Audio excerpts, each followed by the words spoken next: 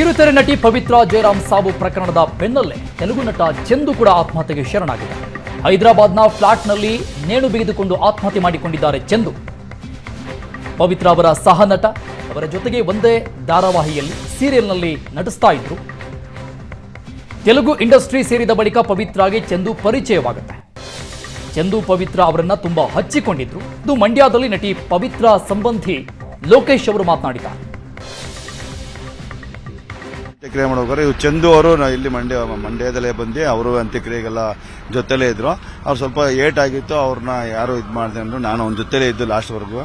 ಅವ್ರು ನಮ್ಮ ಜೊತೆಲೇ ಹಣ ಹಿಂಗೆ ಕಾರಣ ನಾನು ಪವಿತ್ರನಿಗೋಸ್ಕರ ನನ್ನ ಜೀವನ ತ್ಯಾಗ ಮಾಡಿ ಬಂದೆ. ನಾವು ಎಲ್ಲ ರೀತಿಯಲ್ಲಿ ಬೆಳಿಬೇಕು ಅಂತ ನಮ್ದು ಒಂದು ಆಸೆ ಇತ್ತು. ಧಾರಾವಾಹಿ ಮಾಡ್ತಾ ಇದ್ದೋ. ಈಗ 4-5 ಧಾರಾವಾಹಿಲಿ ಎಲ್ಲ ಮಾಡಿ ಭಾರ ಇದಾಗಿತ್ತು. ಮತ್ತೆ ಮಕ್ಕಳ ಎಜುಕೇಶನ್ಗೋಸ್ಕರ ನಾವು ಇಲ್ಲಿಂದೆಲ್ಲ ಕರ್ಕೊಂಡೋದು, ಎಜುಕೇಶನ್ ಕೊಡಿಸ್ಬೇಕು ಅಂತೇಳಿ. ಮಗನಿಗೂ ಈಗ ಮುಂದಿನ ಧಾರಾವಾಹಿಗೆ ಒಂದು ಬೆಂಗಳೂರಲ್ಲಿ ಯಾವುದೋ ಒಂದು ಇದಕ್ಕೆ ಹಾಕೊಂಡಿದ್ದೋ. ನೆಕ್ಸ್ಟ್ ತಿಂಗಳಿಗೆ ಅವನಿಗೂ ಪ್ರೋಗ್ರಾಮ್ ಇತ್ತು. ಹಂಗಾಗಿ ಈಗೆಲ್ಲ ಇದು ಮಾಡೋ ಅಷ್ಟರಲ್ಲೇ ಈ ಥರ ಆಯಿತು.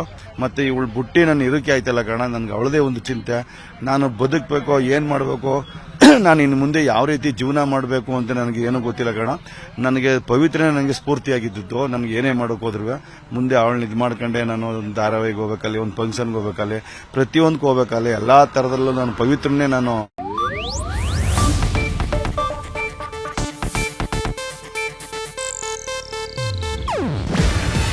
ಇದು ಏಷ್ಯಾನೆಟ್ ನ್ಯೂಸ್ ನೆಟ್ವರ್ಕ್ ಪ್ರಸ್ತುತಿ.